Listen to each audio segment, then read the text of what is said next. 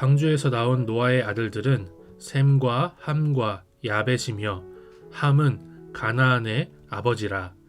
노아의 이 세 아들로부터 사람들이 온 땅에 퍼지니라. 노아가 농사를 시작하여 포도나무를 심었더니 포도주를 마시고 취하여 그 장막 안에서 벌거벗은지라. 가나안의 아버지 함이 그의 아버지의 하체를 보고 밖으로 나가서 그의 두 형제에게 알림해 셈과 야벳이 옷을 가져다가 자기들의 어깨에 메고 뒷걸음쳐 들어가서 그들의 아버지의 하체를 덮었으며 그들이 얼굴을 돌이키고 그들의 아버지의 하체를 보지 아니하였더라. 노아가 술이 깨어 그의 작은 아들이 자기에게 행한 일을 알고 이에 이르되 가나안은 저주를 받아 그의 형제의 종들의 종이 되기를 원하노라 하고 또 이르되 셈의 하나님 여호와를 찬송하리로다.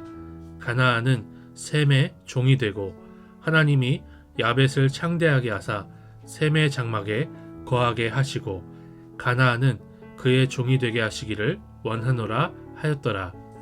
홍수 후에 노아가 350년을 살았고 그의 나이가 950세가 되어 죽었더라. 노아는 방주를 만들기 시작하면서 아들을 더 이상 낳지 못했습니다. 반면에 노아의 세 아들로부터 사람들이 온 땅에 퍼지기 시작했다라고 하는 것이 본문 19절의 말씀인데요. 왕성한 출산이 세 아들로부터 계속된 거죠. 그런 상황에서 함은 자녀를 더 이상 낳지 못하는 노아의 하체를 보고 두 형제에게 가서 말을 합니다. 놀림거리로 삼은 것이죠.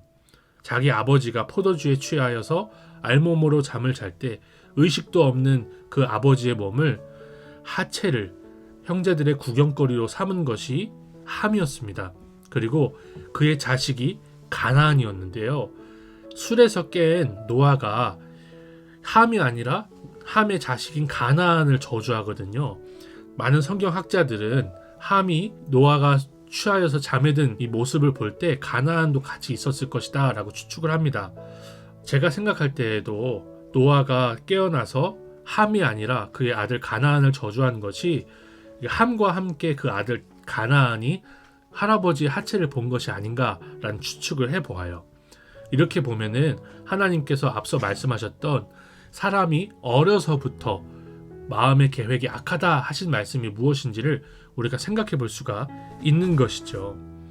아담과 하와가 범죄하고 나서 하나님은 그들이 나뭇잎으로 겨우 가려둔 하체를 벗겨버리시지 않습니다. 오히려 더욱 단단한 소재인 동물의 가죽으로 그 하체를 가려주세요.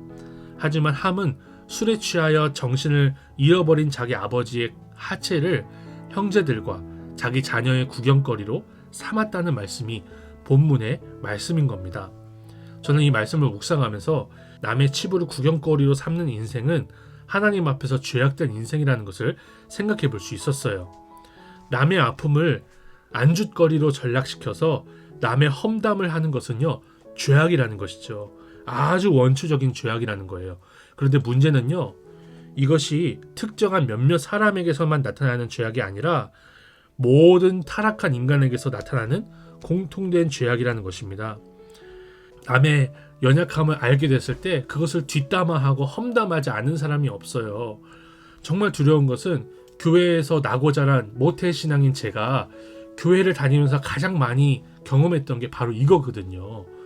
남의 험담을 하고 뒷담화를 하고 그 자리에 없는 사람의 이야기를 하는 것이 너무나 교회 안에 팽배한 문화 아닙니까? 전 너무나 두려워요.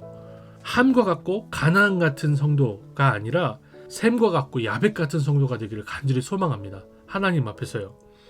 구원받은 우리는요, 뒷걸음질하며 치부를 가려주고 아버지의 하체를 보지 않았던 셈과 야벳 같은 행동을 할 수 있어요. 성령 안에서. 그런 하나님의 백성들로 그런 교회로 세워지기를 간절히 소망합니다. 큐티 나눔이 뒤에 있잖아요. 어떤 분들은 이혼에 대한, 가정의 어려움에 대한 나눔들을 많이 보시면서 평가를 하십니다. 저는 그런데요, 그것이 함과 같은 행동이라고 생각을 합니다.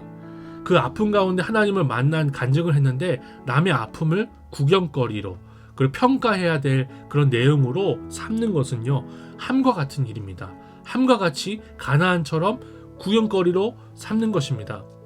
함과 같이 하지 맙시다. 야벳과 셈처럼 뒷걸음질 쳐서 오직 그들을 만나주신 하나님만 찬양하고 그들의 치부를 평가하고 그들의 치부를 우리가 구경하는 일이 없었으면 좋겠습니다. 저는 목회자로서 하나님 앞에서 뒷걸음질 쳐서 나의 아픔과 나의 치부를 드러내며 오직 하나님만 영광 받으시는 인생, 그렇게 살고 싶습니다. 하나님 아버지, 우리가 남의 수치를 구경거리로 삼는 이 죄악된 세상에서 셈과 야벳처럼 뒷걸음질 치기를 원합니다. 다른 사람의 간증을 듣고 그 사람의 아픔을 오락거리로 여기지 말게 하시고 오직 그 사람을 만지신 하나님만을 찬송하게 하옵소서. 주님을 경외하는 우리의 눈과 귀가 되게 하옵소서. 예수님의 이름으로 기도드립니다. 아멘.